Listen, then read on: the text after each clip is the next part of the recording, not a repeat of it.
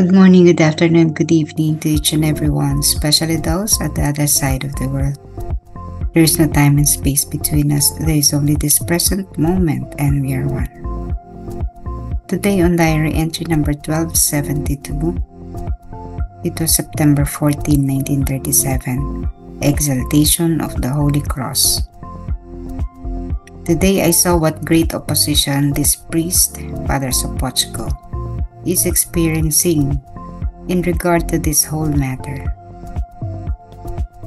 Even devout souls who are zealous for God's glory are opposing him. That he is not discouraged by all this is due to a special grace of God. Pagtatampok sa banal na krus. Ngayon ay nakita ko kung gaano kalaki ang pagsalungat na nararanasan ng paring ito, si Padre Sopochko, tungkol sa buong bagay na ito. Kahit ang mga debotong kaluluwa na masigasig para sa kaluwalhatian ng Diyos ay sumasalungat sa Kanya. Hindi siya pinanghihinaan ng loob sa lahat ng ito dahil sa isang espesyal na biyaya ng Diyos. Timing yun, Exaltation of the Cross and Father Sopochko and Faustina rather, so Father Sopochko suffering so much because of the opposition. Faustina said great opposition to these priests because of the promotion of the Divine Mercy. Ibig sabihin,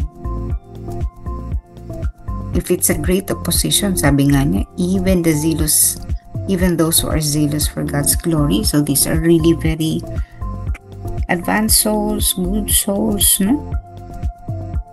Pero she was asking why are these people opposing him? Why didn't they understand?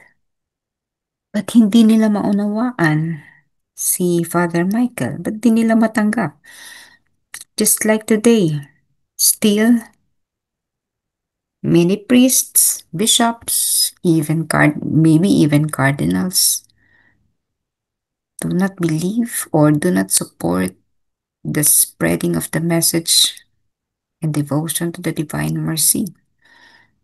We still have a lot of parishes which we are having difficulty promoting or spreading the devotion because of the opposition, or the priest does not want us to carry or propagate the devotion in their parish. So nangyayari ito hanggang ngayon. Kaibahan lang, hindi nakadirect ang opposition ng mga pari or mga clergy na ito sa isang tao. Hindi katulad ng araw, the target was Faustina and of course Father Michael. And so he alone was receiving all the negativities, all the opposition, all the anger, no? In relation to the non-acceptance of the devotion. Ngayon kasi, sipin nyo to sa inyong parokya lang kayo nahihirapan sapagkat ang inyong pari ang sumasalungat. Maliit na lang na bahagi, pero si Father Michael, the entire clergy nun. Kasi wala nga basbas ng simbahan. Even the Pope, hanggang doon sa level ng Pope, even the Pope would not agree, would not support. So this was the entire church against Father Sopochko. Kasi si Faustina naman maaga siyang namatay. Si Faustina, ichinanel lang niya ang mga bagay na ito kay Father Michael. So parang ganito, saan nanggagaling ang message kay Jesus?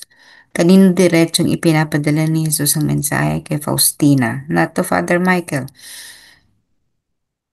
Pero minsan, Lord Jesus would use Father Michael to say something or um, to say something, to explore or to expound something to Faustina. So, gagawin siyang channel ni Jesus para maunawaan ni Faustina. But that's not often.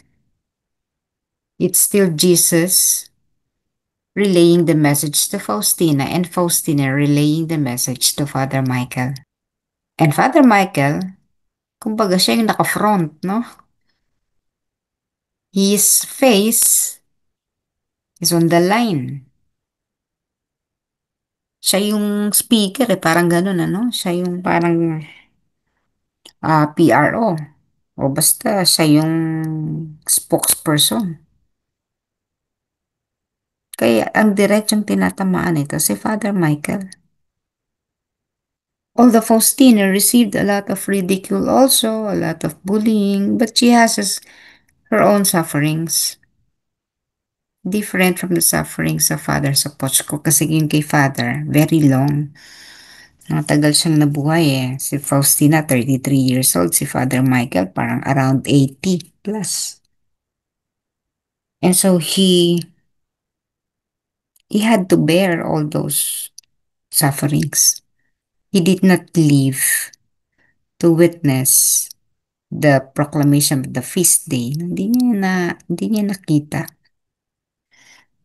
Namatay na kasi siya agad. During those long years of opposition and suffering on the part of Father Michael, he was able to bear all those things. Why? Because of a special grace from God. God did His part. Kailangan suportahan to si Father Michael. Kailangan niya i-reinforce ang kalooban nito. Otherwise, bibigay. At bibitawan na lang ang debosyon. Because iisipin niya, wala rin namang mangyayari, no? So, kung mga ganun negativities. But the Lord sustained His help, His special grace. No? Binigay niya kay Father Michael so that he would always have the courage to propagate. At saka yung special ano sa kanya, special mission kasi ni Father Sapochko ay i-relay ito doon sa kinaukulan, concerned authorities. Siyempre sa simbahan, yung hierarchy niyan sa Vatican, hanggang sa Pope yan. And with that, naganap naman, ano, kaya nga lang, wala na siya, namatay na kasi siya, no. Before 2000 kasi siya namatay, yung declaration or institutionalization of the feast day, April 20, April 2000. So, anong ipinapahiwatig nito? Ipinahiwatig nito para sa atin. Lahat ng mga sufferings, no, if you're having difficulty in your parish, promoting the divine mercy, sige lang. If you would trust Jesus, He would give you the courage, the strength to move on. And not just to move on, kundi talagang i-introduce siya sa parokya. Such that the priest will have no other way but to allow you. Hindi ko alam pa paano gagawin ni Lord, but just trust in Him.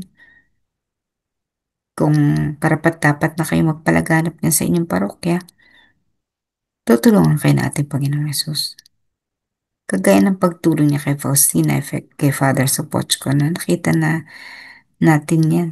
Na-witness yan ni Father, pero hindi naman niya nasasabi. It was Faustina who revealed it, who said so, all those things. Kaya talaga na dalawa, they are really partners, ano? Nagko-complement sila. Yung isa hindi nakapag-aral, itong isa nakapag-aral. So in terms of, mga bagay na natutunan nung isa na matagal, di nakakatulong yung Faustina. On the other hand, Father Sopochko was also learning a lot from Faustina. Talagang mas marami siyang actually natutunan kay Faustina more than Faustina learning from him. But then, as I told you, no, si Father Sopochko lived for longer years pa. No? And during those time, the entire period of his life, yung buong bahagi ng buhay niya simula noong umpisahan nila ni Faustina Divine Mercy na ito ay isang dakilang pag-aalay sa Panginoon at hindi ito makakayang tawaran. O kaya doon sa mga hindi man mag-appear yan, yung efforts ni Father Michael ay talagay ko mga din naman, mga bubunyag din, papakilala din. Kasi nga, malaking ambag niya sa debosyon sa banal na araw. May we all be blessed, just like how Father Michael was blessed by God, so that in our ways, whatever our ways are, may we always be shielded, guided, protected by God, at mabalo tayo ng ating Panginoon sa espesyal na grasya na tanging sa Kanya lang magmumula. So again, do not lose hope. Continue propagating the divine mercy work in your parish and in other parishes. Kaya lang huwag ibabasang pare. Magpapaalam kayo if you are going to the next parish outside your own parish. Talk to the parish priest first. Still, sometimes they need our spiritual directors go signal. So you can always do that also. Sa pagtatanghal ng banal na krus, nawa ay maya sa ating ding mga buhay. Bagamat hindi ito, hindi tayo nasa panahon na exaltation of the cross, no? Pero nawa yung mga pasanan natin sa ating mga balikat, makaya din nating mapasan hanggang sa mabot natin ang ating layunin. Our goals here on earth.